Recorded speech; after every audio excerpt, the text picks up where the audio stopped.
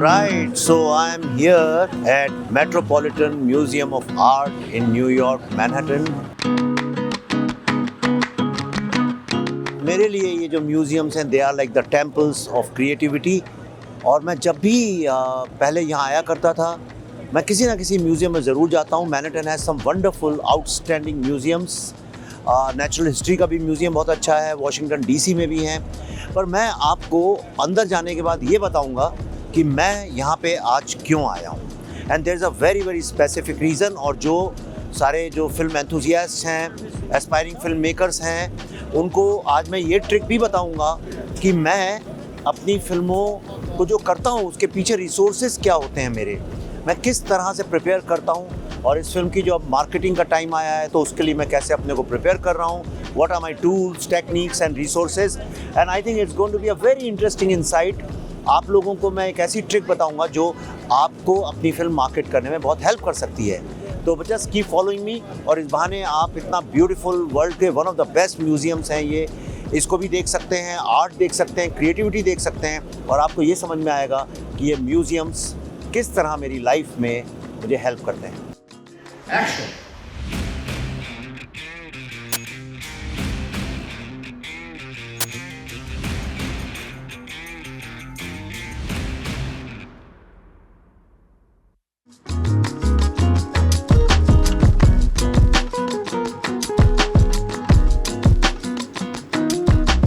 देखिए, यूँ तो यहाँ पे देखने के लिए इतना ज़्यादा है कि आप पूरा दिन बिता दें, 2 दिन बिता दें.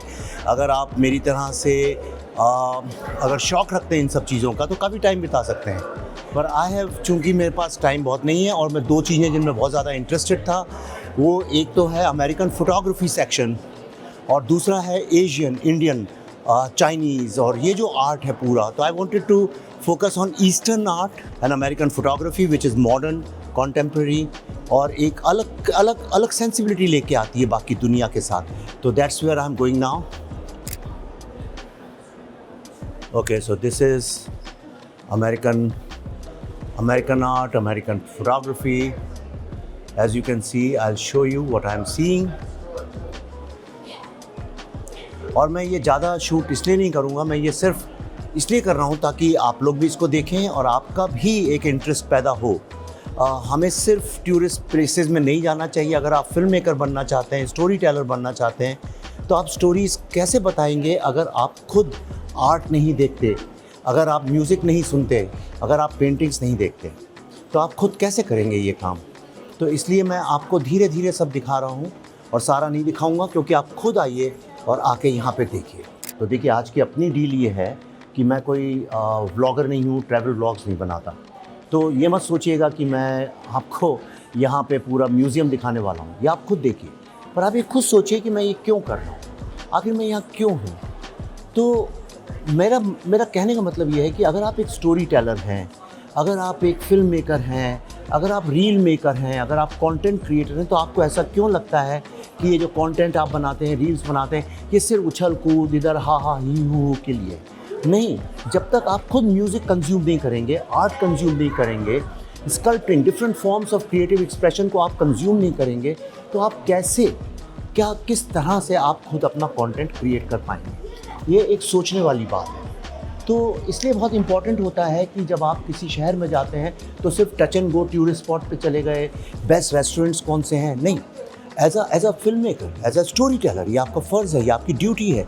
यूँ समझ लीजिए जैसे कि एक साइंटिस्ट अगर एक्सपेरिमेंट नहीं करेगा लेबॉरेटरी में, अगर एक राइटर, ऑथर अगर रोज़ उठ के लिखेगा नहीं, तो जिसको मैं कहता हूँ कि if you won't feed the cow then how will cow give the milk. तो it's like sharpening the saw. अपनी आरी को तेज करने का काम है. जब भी आप जाएं, जहाँ भी आर्ट का मौका मिले उसे कंज्यूम करें. अब मैं आपको बताऊंगा व्हाई एम आई हियर. यहाँ पे इस एग्जीबिशन में इसलिए आया हूँ क्योंकि ये लेफ्टिस्ट और प्रोग्रेसिव जो पेंटर्स और जो आर्टिस्ट हैं उन लोगों ने इसको बनाया है. अब ये देखिए, इसमें अगर आप आराम से देख सकते हैं कि ये कार्ट है और इसको स्केलेटन जैसा एक व्यक्ति चला रहा है. इट्स अ स्केलेटन एक. और साइड में जितने जानवर लोग हैं वो म्यूजिशियंस हैं. ये उस वक्त की एक डार्क सिचुएशन जो है, आई थिंक ये 1944-45 की है और वॉर के वक्त की है. तो इसमें आप देखिए कि किस तरह से इन्होंने वर्ल्ड एक समाज के डार्क साइड को दिखाया है। अब ये देखिए, ये एक वॉर के वक्त की है, ओके। ये एक कॉल्विट्स करके जर्मन आर्टिस्ट हैं, उनकी ये है। उन्होंने वॉर के वक्त की सिचुएशन बताई है, the darkness of the war.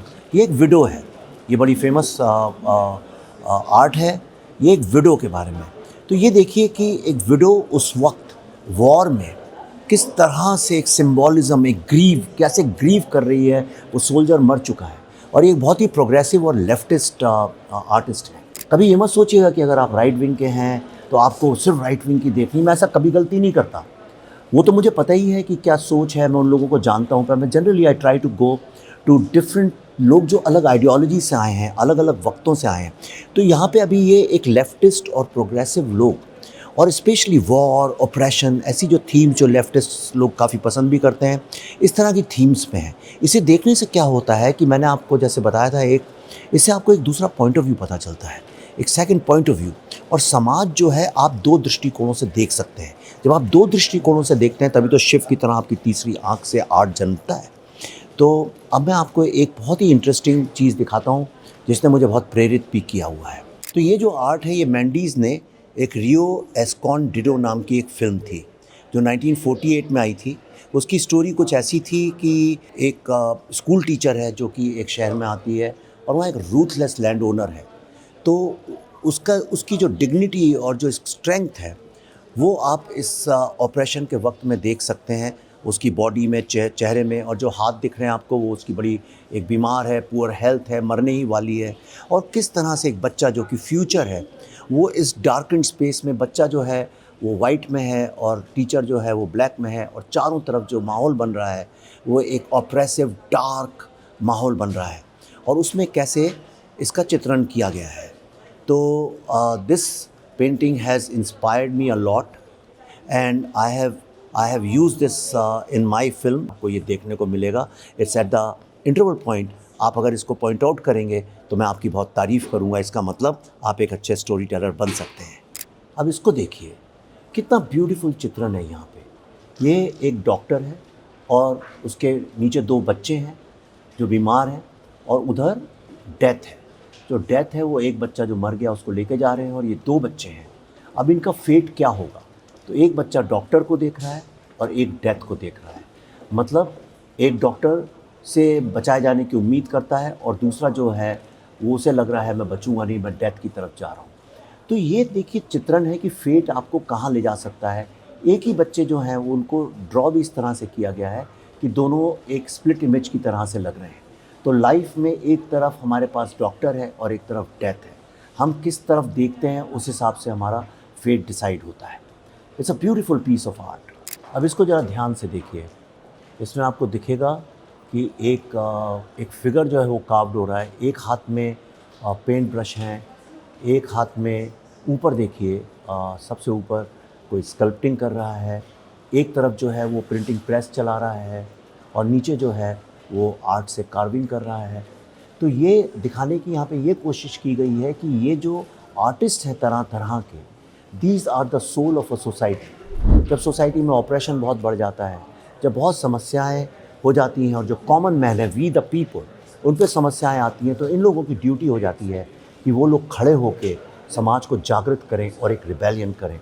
तो ये एक बड़ी सिंबॉलिक है। और आप देखेंगे the Bengal Files, I have used this as a reference point. आपको उसमें चारों चीज़ों का चित्रण मिलेगा बहुत ही सटल तरीके से। सो मैं आपको वो चीज़ें दिखा रहा हूँ जिन्होंने मुझे इंस्पायर की हैं इस फिल्म में। इस फिल्म में एक बहुत सटल आर्ट है जो आपको जगह जगह देखने को मिलेगा।